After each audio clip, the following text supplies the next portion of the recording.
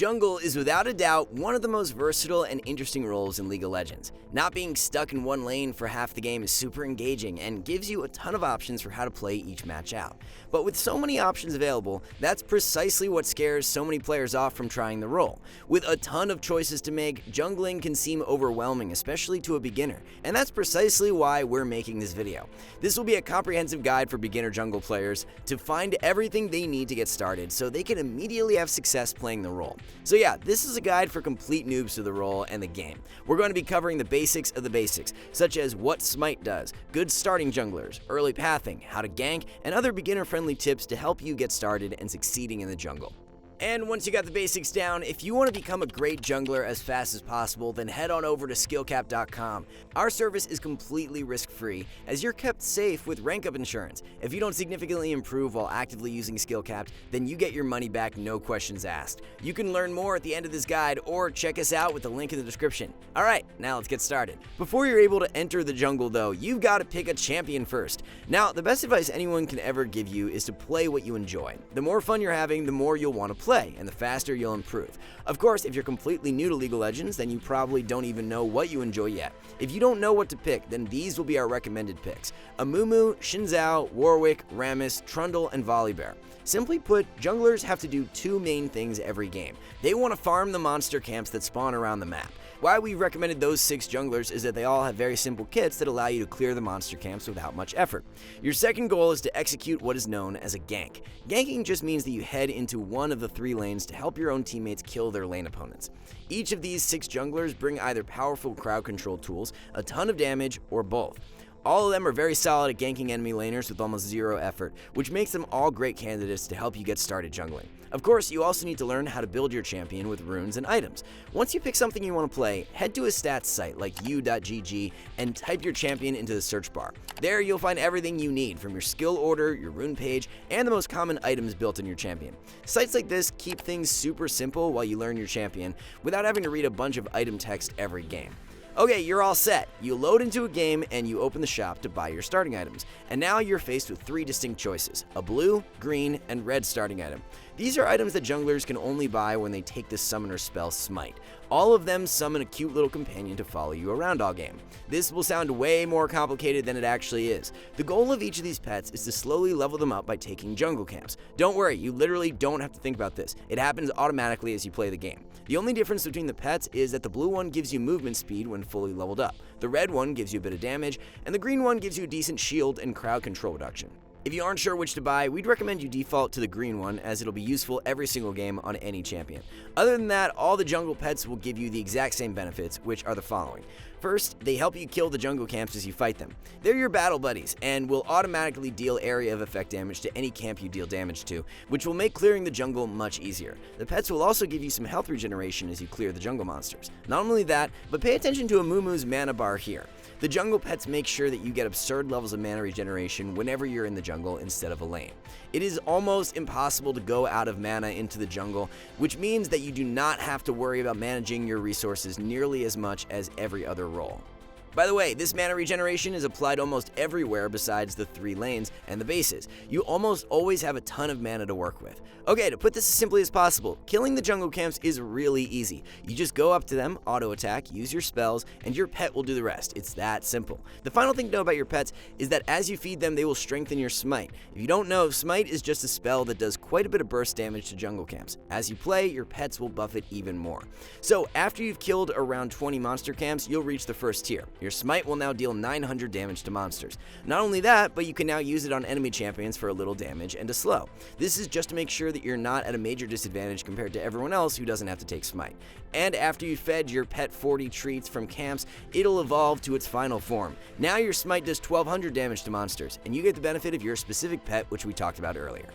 Cool, so you know how to get set up and how to kill the jungle camps. But where do you even begin, and in what order do you kill the camps? For complete beginners, if you really want to keep things as simple as possible, then we'd recommend enabling this setting in your menu. The recommended jungle pathing is what makes jungle one of the easiest roles to pick up now, even if you've got zero clue what's going on. It uses data from everyone who plays your same champion to tell you where other players are starting every game. Then it tells you where to go from there, so you clear the camps in order one by one. While a decent tool for your first 1 or 2 games, we do recommend learning at least the 2 basic routes we're about to cover. Jungle is about adapting to the specific circumstances you're in, and doing a preset route every single game isn't very useful. The two routes you should definitely pick up are really simple ones. You can either do a 3-camp level 3 rush or a full clear to hit level 4. Starting with the 3-camp route, this is a clear that you would do when you're playing a champion that wants to be very aggressive and gank lanes as early as possible. In fact, many of the champions we recommended make very good use of this route. Hitting level 3 lets you unlock all 3 of your basic abilities, which makes you a super deadly threat, likely resulting in some kills. To hit level 3 quickly, there's 2 different ways you can accomplish it. The most common way that a level 3 rush is done is by clearing the blue, gromp, and red camps. This is a good time to bring up why the blue and red camps will be so important to everything you learn going forward. Killing each of these camps will give you a powerful buff, which will make you significantly stronger to help you kill enemy champions. Slaying the red will enhance your auto attacks. This will apply a small burn which both deals damage and slows your opponent. The blue buff will give you an absurd amount of mana regeneration. It is literally impossible to run out of mana with it. Likewise, it shortens the cooldowns of your spells, which is great for characters with powerful abilities. This is why the blue, gromp, red route is the more popular level 3 rush route. You get access to both buffs, which makes your ganks onto enemy laners significantly more deadly. Another way to hit level 3 quickly is to do a single quadrant clear. All this means is that you would clear 3 of the jungle camps that are in one side of your jungle. For example, blue, gromp, and wolves will give you level 3. Likewise, on the other side of your jungle, killing the red, raptors, and krugs will also give you level 3. You only get one of your buffs this way, but we'll cover why you may want to use these routes in a bit.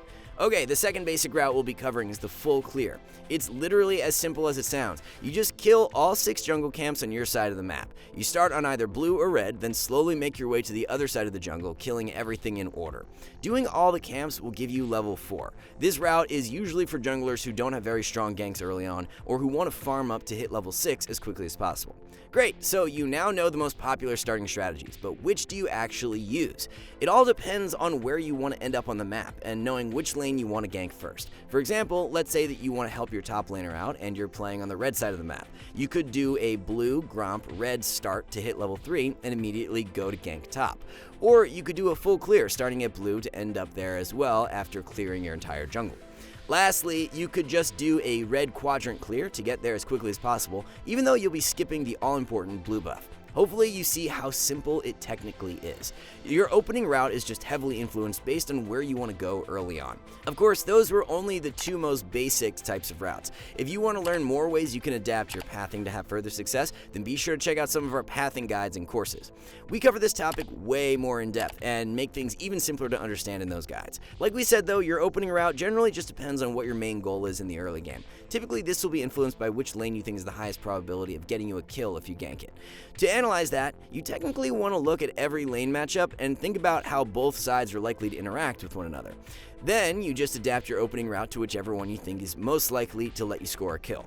Oh, okay, cool, yeah, I can't do that, is what you're probably thinking. We don't expect you to, trust us. There's currently over 150 unique champions in this game, and yet you're somehow supposed to know how every single one of them interacts with every other champion? That's obviously not easy, especially if you're newer to the game.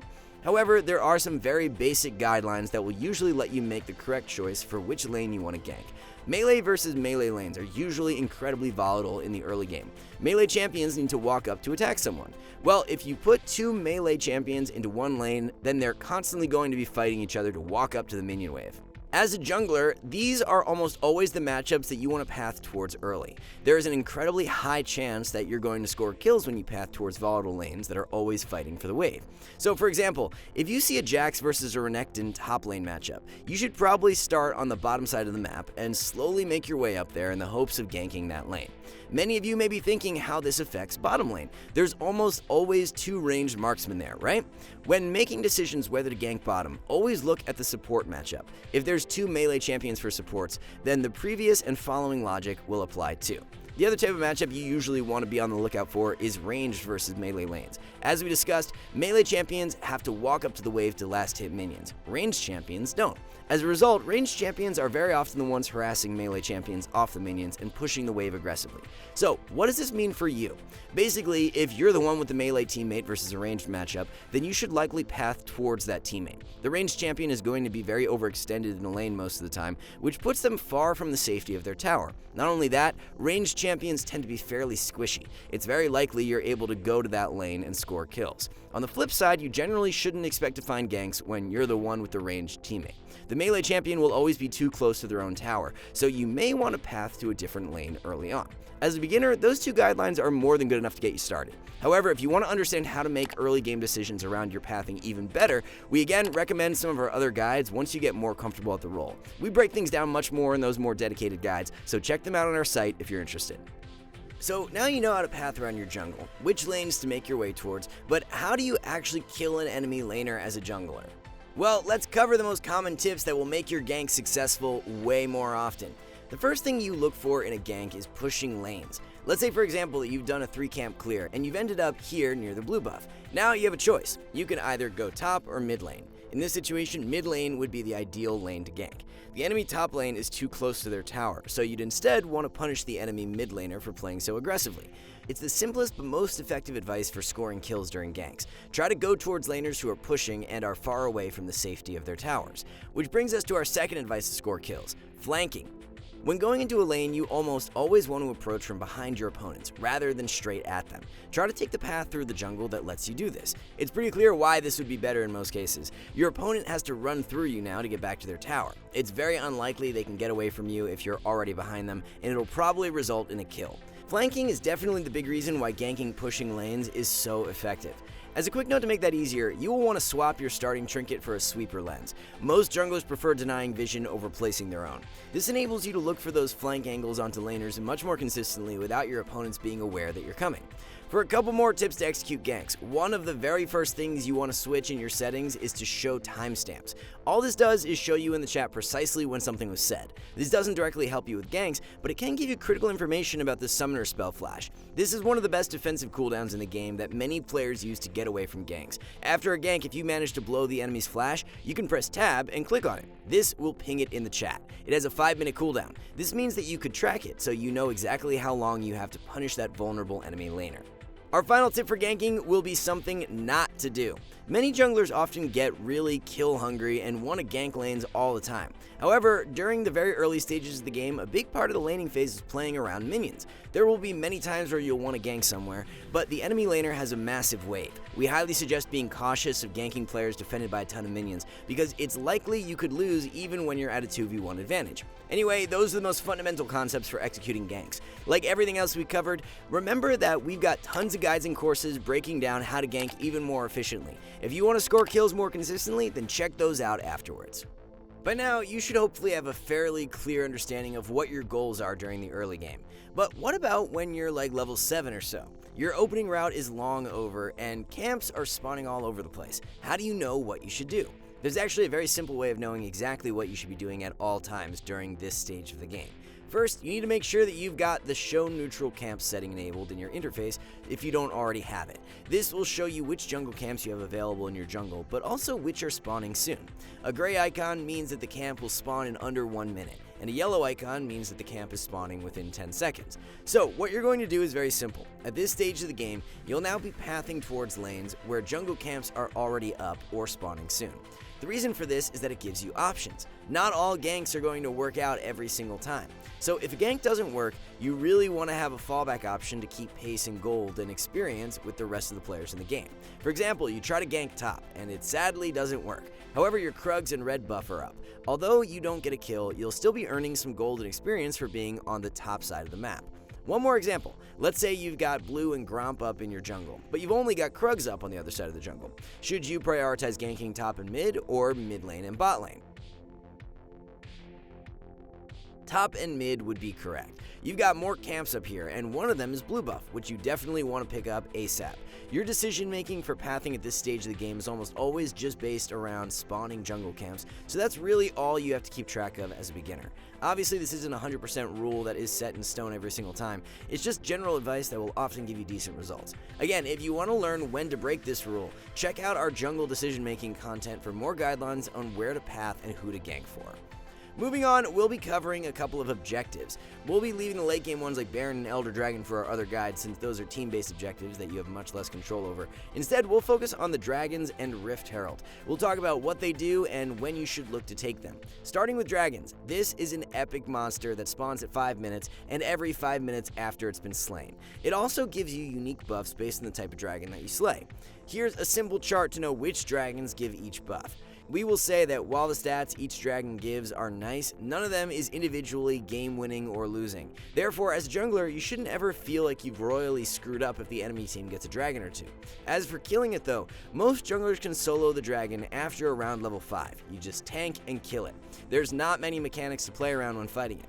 Moving on to the Rift Herald, this big crab spawns on the top side of the river at 8 minutes and 6 minutes after you've slain it. After killing the Herald, it will give you a significant amount of gold and spawn an eye that you or your teammates can pick up. Once you got it, it makes your recall significantly faster. But the much better benefit is that you can now spawn the Rift Herald, aka Shelly, with your trinket keybind. Shelly will push down lanes and crash into enemy towers, dealing significant damage to them. This is especially nice before 14 minutes when turret plates are still up. You can gain a ton of gold by summoning the Herald in a lane with multiple plates still up, as well as helping you take the tower faster. As for actually killing the Herald, you can technically solo her without taking barely any damage. Here's what you need to know. Shelly will periodically expose an eye on her back. Hitting it with an auto attack will deal massive damage, letting you kill it much faster. To get behind her, wait for Shelly to auto attack you. After attacking, she'll sit still for a bit, letting you reposition to hit the eye. She's also got this massive wind-up swing. Just dodge it, it's really easy. And that's all there is to it. Properly follow these mechanics and you will kill her without any effort and take almost no damage. Okay, so you know what they do and how to kill them, but when do you actually move in and try to take the Rift Herald and Dragon? While these are objectives that you can technically solo, you are usually very vulnerable when you try to kill them. You definitely don't want to risk dying and giving over the objective for free. The first thing you want to look out for is when the two lanes around the objective are pushing into their opponents. For example, let's say you want to start Dragon. You look at bottom and mid lane. Both of your teammates are pushing the wave into the enemy's tower very aggressively. This is usually a good sign that you can start it. The enemy laners are likely to be stuck under their towers clearing waves. Not only that, but your teammates now have priority. Priority just means that they're free to leave their lane because they've already pushed in the wave. If you ping, they're much more likely to help you at the objective, since they don't really need to be in lane at the moment. You should also look out for whether the enemy jungler is on the other side of the map, allowing you to start the objective for free. Let's say your bot lane gets ganked by an Elise, for example. This means that she literally cannot be in the top side of the map for a while, which should allow you to take the Herald for free in most cases. The big reason why is that junglers can secure an objective nearly 100% of the time versus anyone that isn't the enemy jungler. That's because the huge burst that you can do with Smite. As an example, take a look at every time Trundle uses his Q on Dragon here. It does 388 damage. While taking an objective, try to keep track of your highest instant burst ability and do some mental math to see how much damage you can do with Smite. So a 600 Smite plus 388 Q means that Trundle can deal nearly 1000 damage instantly to the dragon. So just wait for it to fall below that threshold and the objective should be secured easily. With all that covered, let's round this guide out with a couple more beginner tips that you should know about. The first one is based around these extra camps that spawn in the river, called the Scuttle Crab. This is a camp that doesn't fight back, but still gives you a fair chunk of gold and experience when you kill it. It also leaves a little shrine, which gives vision and movement speed in the area for your team. You definitely want to take these over your opponents whenever possible. However, there is something you should know about how they spawn and work. At 3 minutes and 30 seconds, there will be a Scuttle Crab spawn in both sides of the river. After killing both of them, the Scuttle will from then on only spawn on one side of the river randomly. Anyway, what we want to recommend is that you don't overforce trying to fight over one of the initial two crabs. Riot heavily nerfed the experience it provides early on, so that games aren't decided too early over Scuttle Crab fights. So don't feel pressured to contest the first ones every single game. But they definitely start to have significantly more value later on, so make sure you try to get the ones that spawn afterwards. Our final tip is based around invading. You can definitely enter the enemy jungle from time to time as you play the game. This is one of the hardest skills to master as a jungler, so we do have plenty of guides that go much deeper into this topic. However, to get you started, here's some basic guidelines you'll want to follow so that you know exactly when you should go into the enemy jungle to steal some camps. For starters, you should look to invade when you're stronger than your opponent or you have strong teammates in the area to help you win a fight. It goes without saying that the best way of winning League of Legends is to just be stronger than your opponents. So if you've already got an item or level lead over the enemy, then be sure to try and abuse that by heading into their jungle and pushing them off their own camps. This will spiral you further ahead, letting you potentially win the game with an insurmountable lead. Another super major concept that you need to learn as a jungler is known as cross-mapping. All this means is that when an enemy makes a play on one side of the map, that you can make a play on the other, because you'll likely have a numbers advantage. For example, let's say you watch the enemy jungler gank your top laner. This means they literally can't be on the bottom side of the map. Therefore, you should cross-map either the dragon or look to make your own gank happen in bottom. Or, as we've been discussing, you can invade the bottom side of their jungle and take any camps that they may have left in the area.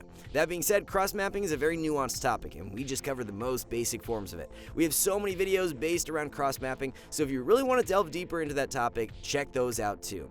Alright, and that's everything you need to know to get started in the jungle. For everything else, there's skillcap.com. It's the fastest way to climb and get the rank you've always wanted. Take our course on meta jungle routes. It begins with a cheat sheet showing the recommended jungle route for every jungler in the game. For example, let's say you play Elise. Well, you can then find the route we recommend when starting at your blue buff and red buff. In this case, you can see we recommend Elise does a 4 camp when starting at blue. All you have to do is then watch the 4 camp guides in this course, and then just like that, you're pathing like a challenger expert. We have over 40 jungle courses by challenger experts on every skill you need to master in order to climb the ladder.